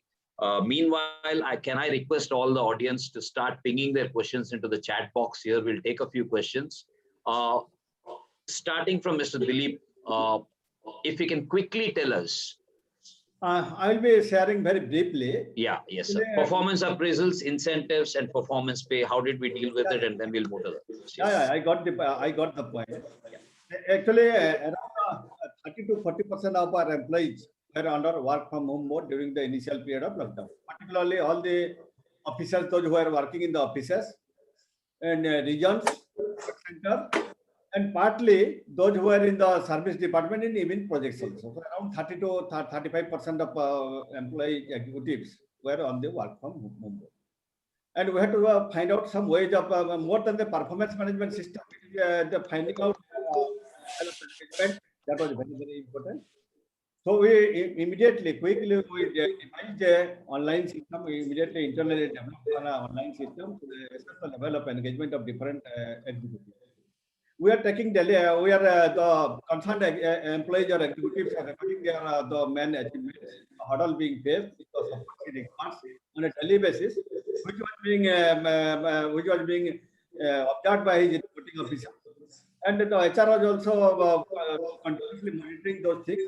This not only helped us in measuring their performance in the completely lockdown period, but also it helped us to give the proper counseling in case anybody is having any problem.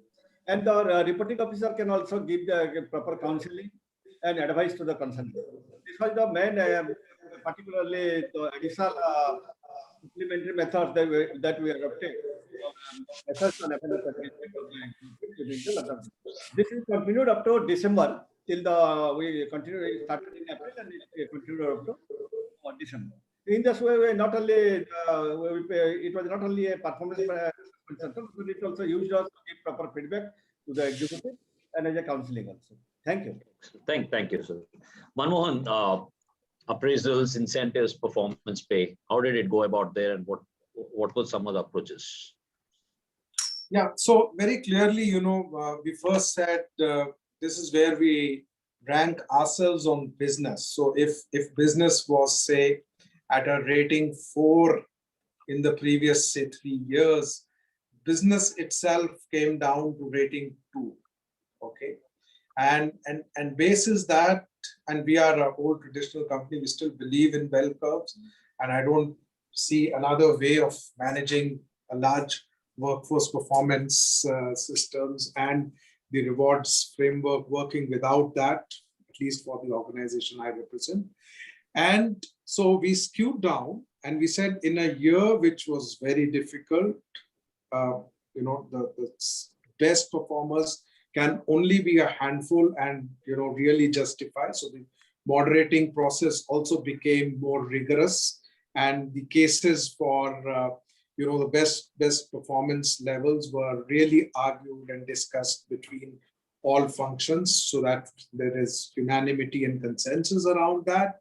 And while I will not get into what were the actual increases, etc., but the whole process was normalized far more, and the onus and the rigor was around communicating far more than the previous years. In the normal years, one mail from the desk of the managing director was sufficient, but here we got into a lot of group discussion, and the heads then broke down into the smaller teams to explain why the performance yardsticks have been tweaked in the year that we regarded as exceptional, because we were clearly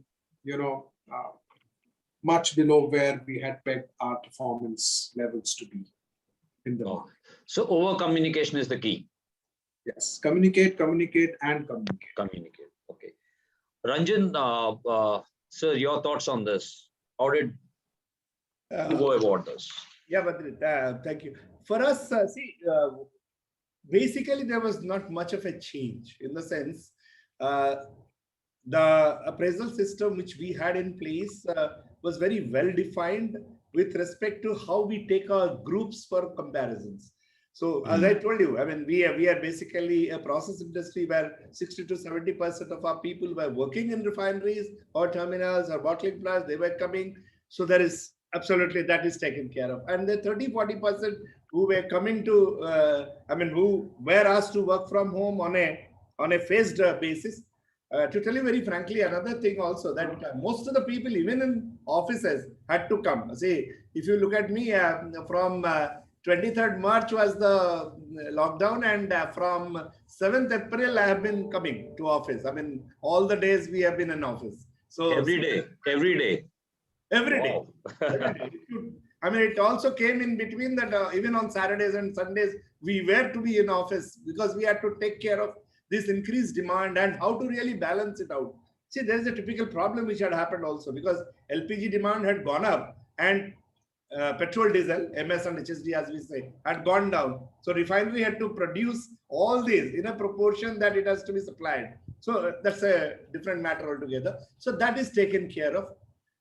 One thing, another important thing, you talked about payments or bonus and other things.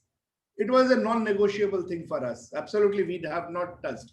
This was a pandemic. We did not touch it for our employees. We even did not touch it for our contractual laborers or anybody. Nobody lost a day's pay during this period. All the work was affected. I think most of the, I'm sure Mr. Patel or Mr. Vikas Singh also must have done the similar things. Nobody lost pay during this period. This was the confidence which was given to us. This is a pandemic. This is a difficult situation. In this situation, we stand by you. You have to, I know, I mean, when we come back to the work, you will be definitely delivering. And I think Mr. Sundar, I think Suresh was giving that example of their workers telling them that will work on Sundays and still not charge overtime. Are such examples where people came in because this confidence was given to them. I think that's my take. Excellent, excellent. So completely trust your people and they will pay you back. Absolutely. Excellent, sir. So Saraswati, you already touched on appraisals. Anything more to add to that on how did you deal with this whole thing? Honestly, this has been a big challenge because I have 4 or 5 different industries in the organization. I have digital who don't care. If you don't give them the money, they leave. Right? They will find somewhere else where they will go. People are hiring those talent. Second part is I have retail who are scared about their jobs and the output because they don't know what to say right now because work has not really gone up. Third, I have events and activation, again, the same problem. Fourth, I have mainline ATL agencies, part skills and talents who we are not doing TV commercials these days. We are only doing digital. Then who are again that what will happen to us? So in a scenario where KPIs were defined as per the business deliverables and the skills were acquired as per that, the whole thing changed. How to ensure transparency and fairness in this process, I think has been a biggest challenge. How do you ensure, how do you bring them in parity, the digital capabilities as well as the retail as well, when business is focusing more on digital? And how do you ensure that parity? I think that's been one of the biggest challenge. And to bring this in place, I think the transparency part has really helped us to be known as ethical in terms of our assessment and giving increments and nominating star performers, etc. I think that's what helped us. In the interest of time, I'll not go into details, but that has helped. Yeah. So Suresh, what's been your approach there? And then we'll move to Mr. VK Singh. So the beginning of the last financial year, what we first 2 months was a washout. So we made that our budget and planning is the quarterly budget and planning. Though we had the annual things, but last financial year we said that it will be only quarterly. But fortunately, from the mid-June onwards, the business, almost all our 5 businesses, companies, they started picking up and doing well. So when we are into complete appraisal and assessment, but then we said that we will also do that some quick recognition. So we introduced 2 awards month on month. One is about this Corona Warriors.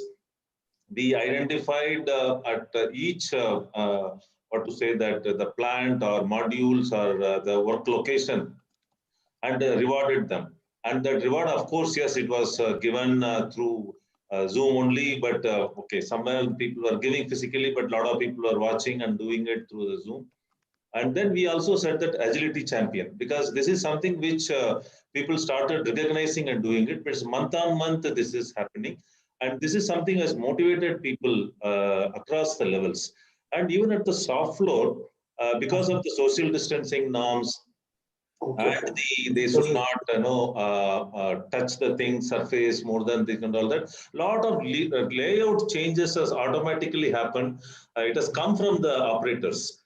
We can do this way, that way, and all that. So a lot of productivity improvement. If you really look at it 1 year down the line, we have seen a lot of productivity improvement has happened.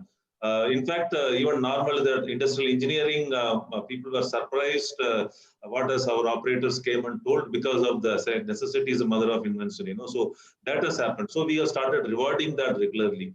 This is happening in here, like the spot awards and the specific things and all is keep happening. And particular 9 months, the business was very good. So in fact, we will not have a problem of doing the recognition. In fact, what we did, at least out of the 5 businesses, 3 businesses, we did the, already we have given that one-time reward for all the employees. We already announced. So we don't have a problem, touch wood, because one reason what we see is one of our biggest businesses, the tires, 2 and 3-wheeler tires. You know that because of the social distancing norms and people scared, a lot of people started buying the 2-wheelers. Because the 2-wheeler markets have gone up, our not only our OE sales as well as our aftermarket sales have increased. That really helped. So we have, in fact, I would say that we are comfortable. Our EBITDA is much better than 1920 when you look at it for 2020. Wow. Good. So, Mr. VK Singh, your thoughts, sir? You're on mute. You're on mute, Mr. Singh. Yeah. So as far performance measurement is concerned, we did not change much. Only the review was increased. And I tell you, whether you work from home or boss sitting on the head, as long as you define KRA properly, measurement is not an issue actually. The only thing is how you define it, how you measure it, how you keep how the feedback is on. That's what we did. And I perfectly echo what Mr. Mahapatra said. We did not, I mean, there was, although people were affected by COVID, but business was not affected. And the reward and recognition, we increased during that time. And that is what we did to, increase the productivity from the people. Thank you. Excellent, sir. So before I end, from all the experts, all the HR experts here, one word for the HR fraternity to watch for in the new wave and in the new normal. One word from each speaker. Let's start with Mr. Dilip. One word. Keeping the employee morale and motivation level very high. Okay. So focus on morale of employees. Okay. Mr. Manmohan. Managing ambiguity. Managing ambiguity. Interesting.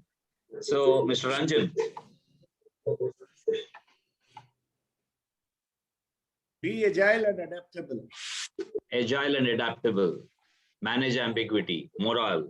Okay, let's move to Shashwati. So I'll say that be relevant and keep your people relevant. I think that's because things become redundant very fast. That's why we need to. People keep them relevant. Mr. Suresh. So reskilling employees continuously and see that they take care of their health and theirs as well as the family. Excellent. Mr. VK Singh. Be ready for change. Any change is possible. So Yeah. you have to be ready for any change. Excellent, excellent. The interesting part about all this thing is it all boils down to very strangely the basics of a strong organization, right? Stay authentic, uh, keep people relevant, increase transparency, all those things that we've learned, they all come back to the fore in spite of these, these challenges.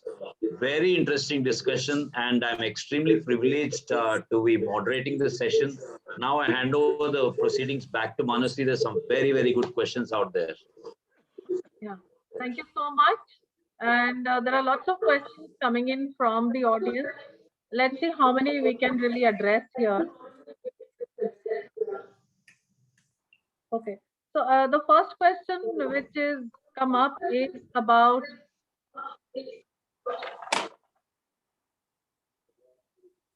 the first question is about what organizations have done to deal with the challenges faced by the gig economy and the contract workers. So any panelist who would like to take that up? As I shared briefly earlier, actually the contract labor were one of the focus areas. In Ntpc, there are nearly 1 lakh contract labor which are engaged both in O&M as well as in construction workers. And particularly after the complete lockdown, the construction activities came to a standstill in all our projects. Around we are having 11 to 12 projects under construction, and maybe around 45 to 50,000 contract laborers are engaged. Although they were not being called for duty, but we ensured that all are getting their wages. We not only that, we ensured supply of groceries to their families, then medical kits like PP kits to them. And this continued for around 3 months. We supplied all them. And another problem that challenges we faced was that most of the, particularly the contract laborers deployed during construction, most of them are migrant labor. Around at least 70 to 80% will be migrant labor. They come from different states. Suppose from Jharkhand to UP or vice versa. So keeping their motivation high was also very important. We ensured that they do not go back because traveling at that time was also very, very difficult and not safe. We ensured that they stayed at the respective locations. We provided all type of facilities to them, and not only that salary, but and groceries. We also provided all type of medical help to them. We provided whenever somebody was feeling something, then we had arranged for their testing, and in this way we could return almost at least 90% of the contract labor, even in construction sites. So Manasi, if I can add, on the gig worker side, I think there is huge opportunity. We haven't got our act together. I think the corporates need to speak to each other, and then government needs to be engaged. There is opportunity in considering actively the legalizing of multiple employment, dual employment, etc. And that will help a lot of small companies who may not be able to afford full salaries, and they will not need people for full time for all 30 days in the month. And that's one thing which the pandemic has thrown open. I think just as digitization has been adopted very, very rapidly, this is another area that industry and government needs to come together and think future. I'd like to add one aspect. What we are doing it is that multi-skilling of these contract employees, because we know very well we will be losing them if they develop particularly on the highly skilled job, because one of the job is the tire building. So, but we started developing all the people during this period and continue to do that. That will help them for their livelihood in the long run. Thank you, sir. I have two questions from two colleagues of mine. One is asking about the top 3 skills that the HR practitioners have demonstrated during the pandemic. And a related question from another colleague is, what would be some of the skills our students would need in future to handle the upcoming opportunities in the area of HR? Yeah, can I answer? Sure, sir. In fact, I will just take it forward what I told when Badri asked that question, what are the things which is required? And I'm getting this opportunity to again reiterate I have been telling my people always 3 A's: agility, adaptability, and alignment to business. I think these are the 3 things which, wherever these HR groups displayed this, those organizations have been successful. I think, at least from my experience, I can tell that we could carry on this activity because my HR people really aligned themselves with the business. The business requirement was such, as I told you, I mean, being an essential sector, we had to be on the job, had to be on our toes all throughout, and they responded well.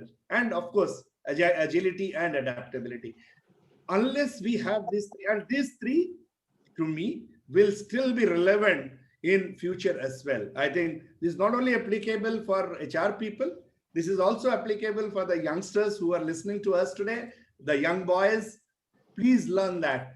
It could be for you, the third one, that alignment could be a bit different. It may not be to the business. It may be aligning with the purpose of the organization. It could be aligning with the purpose of the nation. It could be aligning with the purpose of yourself, which you want yourself to be. But you must align yourself while remaining agile and as well as adaptable.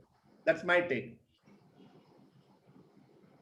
I would like to say that, for the, not only for HR fraternity, also for the anyone in the organization, particularly in our company, we say that, like the TVS, we say that trust, value, and service, which is most important, which is anytime it is the trusting each other and then doing the service to the people, and of course, create the values for the stakeholders. This is for us.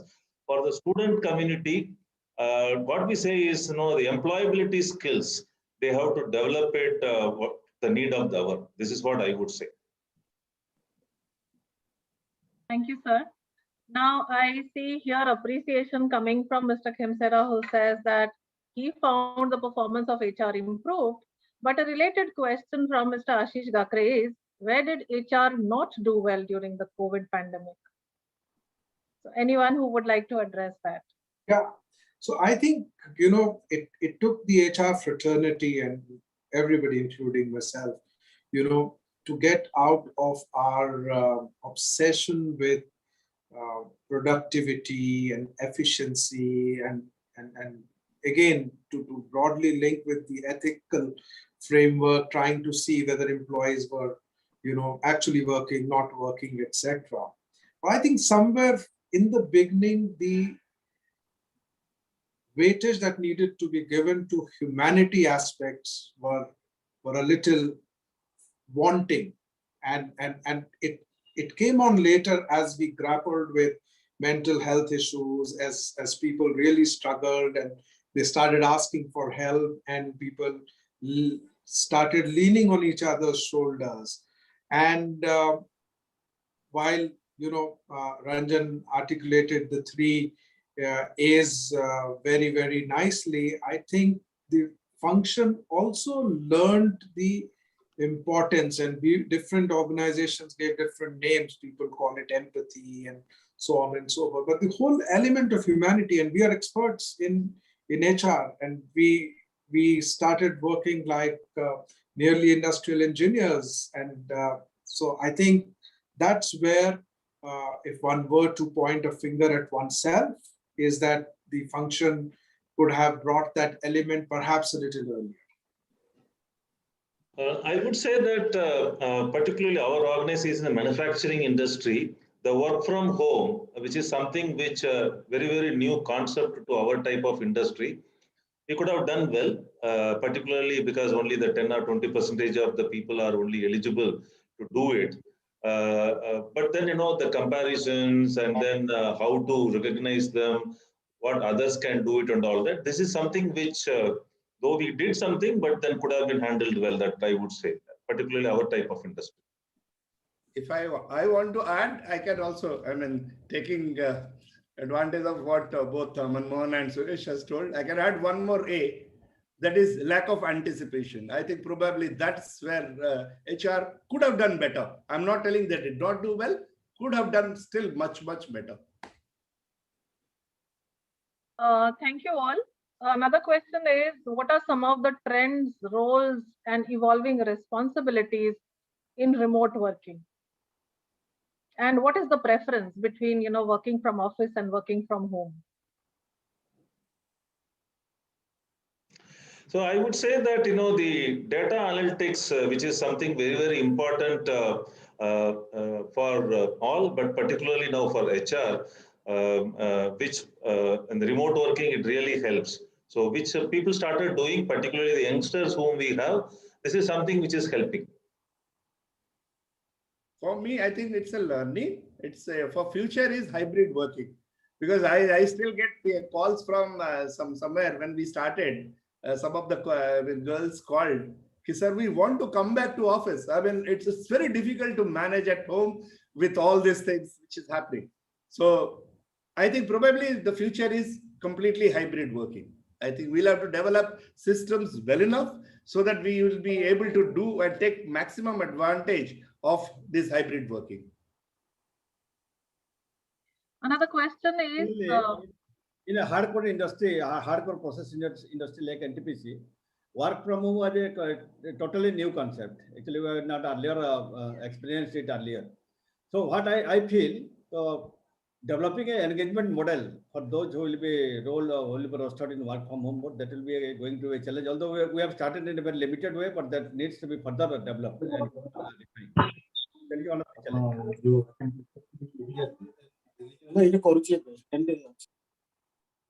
Okay, thank you all. Another question here is Mr. Dr. Naipal Singh is asking, do the experts visualize that people in the future will work for multiple employers because they're working from home? Very clearly, they will and they should be. I don't think we need to be restrictive about it. It will help many organizations which are not able to afford highly skilled and highly paid resources. It will distribute costs, and it will allow people to pursue multiple challenges at the same time.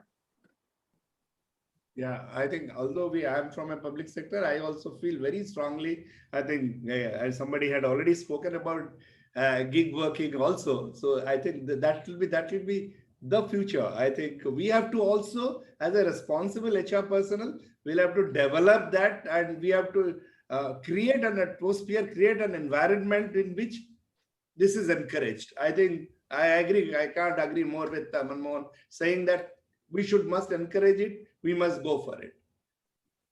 This contractual employment is going to stay. So even for the white collar, so this is what it's already started happening. In fact, some of our legal department people started asking, saying that, I can take even the 20% cut, but I will work from home so that I can also practice parallelly. Thank you. And a very interesting one, probably coming from a student who is very concerned and says that will students who are passing out this year be treated differently as they spend most of the semesters in online classes? Or will it impact campus recruitment process? Will organizations prefer other sources of recruitment over campus recruitment? I think the process has got very refined with, if we are having this webinar and conference like this, hiring at campuses will also move very, very smoothly, and you'll have, your best people in the organization will not have the excuse that they can't travel, because in the past days, it used to be a Herculean effort to get your, best functional heads to come and go to the campuses. With mediums like Zoom, etc., it's very easy. So I think it will only aid and smoothen the process and not hamper it. See, the last 1 year. I don't think it will hamper the process of campus recruitment. In Ntpc also, although we have not gone for the regular recruitment, but for the fixed term employment for a period of 3 years, we have had a substantial number of executives for our corporate social responsibility from TIS. And also corporate communication also, we conducted the entire selection process, interview online, and we have had around 15 to 20 executives for corporate communication also during this lockdown period. So I don't think it is going to affect in a very big way. See, the last 1 year, the students, most of the classes are online for the students. So what we see is, a lot of, we also started hiring people. Of course, off campus is happening currently. But, we know that, the students who do well, who have like the agility, as Ranjan Kumar was talking about that, the agility applies to all, not only for the employees, also for the students, is actually it applies more. So what we see is that, the whomever is developed the skill and exhibit their things and develop their employability is definitely going to help. Doesn't matter whether it is a campus or off campus. Manasi, on a lighter note, I think students who really took the test of passing their online courses are more valuable than those who attended the classes personally, and I would prefer these people more than others. Okay, sir. So we would love to have Deloitte here for the campus placement this year. Oh yeah. At least one commitment we've got today. Okay, another question. Okay, so it's very heartening to see we still have 100+ people here listening to the wonderful deliberations going on. Just time for two last questions. One is again from Mr. Ashish, who's asking what value addition HR can do in terms of COVID vaccination, because now probably it's going to start at the workplaces also. We have already started. Yeah, sorry, Swasti. No, go ahead, Suresh. Yeah. See, we already, for the companies, we already started doing it. Now the government has very recently announced that, they are ready to come to the campus and then do it. So even before that itself, in our plants, we have organized along with the PHCs and started doing it. And it is happening. So now our target is that, 45 and above, we want to do it all before this middle of this month.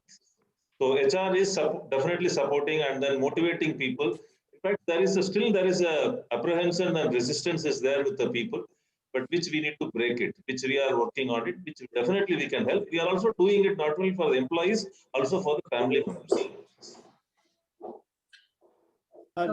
I want to supplement one thing. Actually, from IOC, Mr. Mahapatra and Mr. DK Singh will also, because the PSUs have been assigned with arranging the food supply remote part of the country. Different PSU has been assigned for different states. So we are already procured many such equipments like a freezer or a cool truck or something like that, and providing to the state health department. In that way, we are contributing, and HR is playing a very important role in that. And besides that, my colleague told just now that whenever there is more than 100 people, we can organize the vaccination program in our campus itself. And in many of our projects, we have already started, and HR is taking the load in that, taking the lead in that also. Thank you, sir. And the final. I just want to add. I mean, it's a very lighter way. Sure, sir. Kasuti also wanted to speak, but I'm coming in between. HR का काम यही है. 45 के ऊपर सभी लोग को पकड़ के vaccination देना. That's the best role HR can play right now. I think that's what every HR person has to play right now. Yes, I'll add one more thing, sir. One good news for students, that we have started campus recruitment virtually. I mean, we need a lot of engineers, so we are starting campus recruitment virtually. Correct. Great news. Thank you, sir. And the final question comes from none other than Professor Sinha, who's asking, okay, I lost the question somewhere. I'll have to, yeah. He said that talking of one valuable word like authenticity, transparency, agility, adaptability, etc. What did HR actually do to update and skill themselves to successfully fit into all these variety of roles?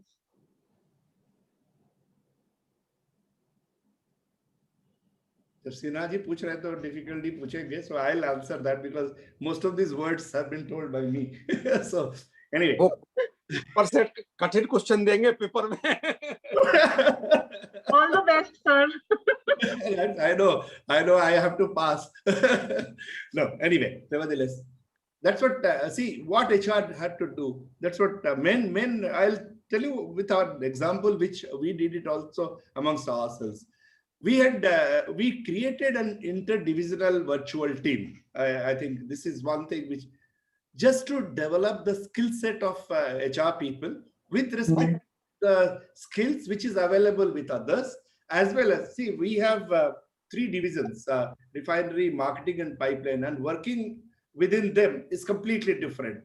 This was an opportunity which was not available to us earlier, but to have this, we had this interdivisional team where they worked together and came up with solutions to a lot of issues which were also with each of these divisions.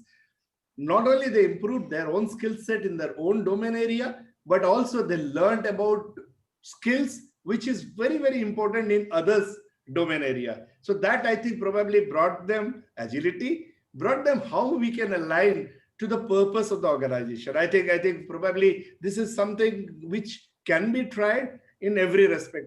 HR needs to, I mean, what charity begins at home. So whatever we are trying to preach to people, that you have to learn this things, we must start it at our place.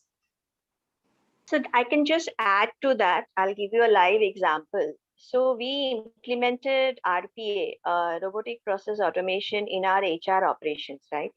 So 2 of my junior team member who used to do attendance, leave management, payrolling, etc., their role is redundant now because my robot does it. So I don't need, I'll just put it on at the end of the day and it can do much more. I'm utilizing it for very less. So now these 2 people, what do you do with them? And it's very unethical and unfair to sack them. So I had, before implementing this RPA only, I made them part of the project, part of the team who's going to implement RPA. And then I told them, what else can you do? So now from HR operations, they are moving into dimensions of retention, of development, etc. And we did give them the inputs to develop the capabilities. They are graduates who are very good with Excels and numbers, but they're not very. So I'm trying to move them into being a data analyst so that they can gauge and tell me that how attrition is going to happen, etc. So that capability enhancement is going on and it is going to happen. I think HR is one function and professional who has gone ahead and proved every business people wrong. So nowadays, they are the ones who are the most agile, I think the most supportive, and everybody turns to us. They will look at us. HR kya bol raha hai? You know, what is HR saying? How are they going to deal with it? They are not going to their managers as the first instance. They'll just turn and say, mere society mein COVID positive hai. Shashwati, what should I do? So, you know, I think that agility that Mr. Mahapatra is talking about, thank you so much for that. We have automatically learned it and we are moving ahead in this. My advice to the particularly the students who are pursuing HR, MBA, HR, and others who are the new in this profession, I may sound a little blunt, but my sincere advice is that let us understand the business first. Otherwise, HR roles will be always a supporting role. HR being a strategic business partner is being talked about since last more than 15 or 20 years. But now we have to move one step further. The HR is not only a strategic partner. The business of HR is the business itself. Then only we will be contributing. Even again, it may not be that pleasing, but let me share that even when I was pursuing my MBA 15, 17 years back, there was talk, particularly in the Western world in US, that HR should be a really strategic business partner. There should be representation of HR in the board. But still, if we see the MNC in MNC or many of the companies in the Western world, there is very few companies where there is representation of HR in the board. It is a good thing that in India, at least in PSU, there is representation of director HR or director personnel in the board since long. But we need to move forward. Let us understand the business and let us not only be a strategic business partner. Let us participate in the formulating the strategy of the company. And then only our credibility will enhance. And for that, For that, we need to be more analytical, more logical. We should understand in deep the nitty-gritty of the business and see how can I contribute in formulating the strategy. I am giving a small example. I may be taking little longer. Suppose for NTPC was known for its thermal business. Now we are entering into the renewables in a very, very big way because that is the need of the future. But can we enter the renewable with our existing manpower structure or the existing manpower cost or something like that? That's why we had a detailed deliberations in our HR circle, and we came out that what is the time of skill required there, and we are going into the in a very big way in a fixed term employment in renewable field. Now we are, and if you have seen that during last 5 to 6 months, we are winning business in renewable field also. So we have to find out ways and means how HR can really contribute instead of only playing as a secondary role in employee motivation. Those things are there. But again, we have to say that at the cost of repetition, I will again say that let us move towards the HR outside in role. Let us the business of HR is the business itself.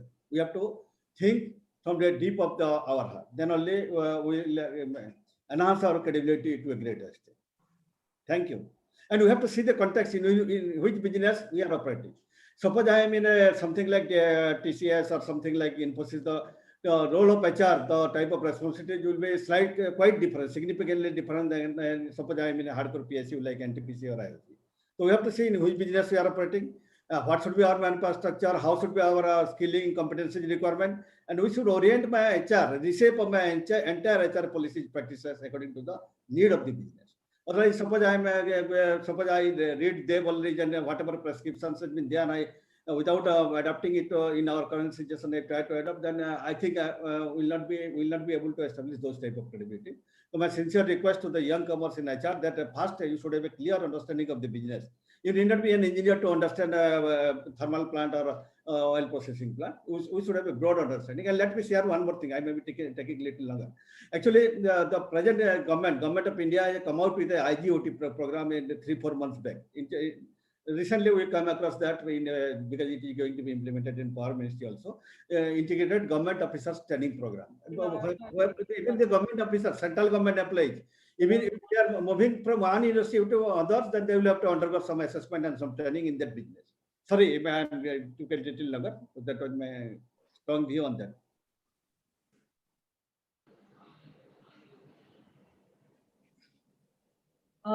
Sorry, sir, you had to cut short what you were saying.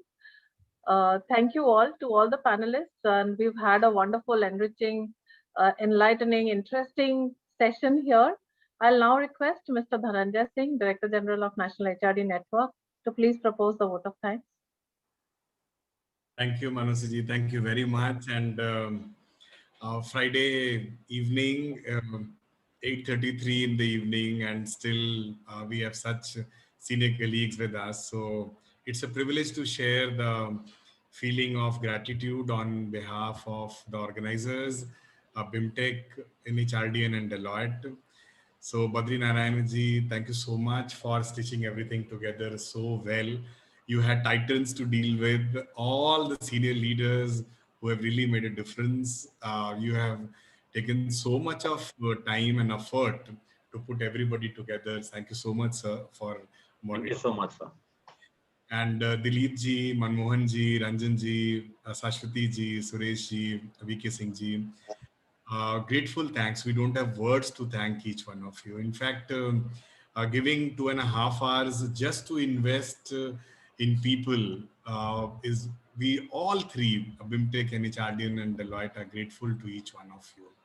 And the way you all have invested your time, I'm sure not only the 160, 70 people who are present today here, but also this will also reflect, we look up to KK Sinha sir, Harivansh Chaturvedi sir, obviously will come out of book also.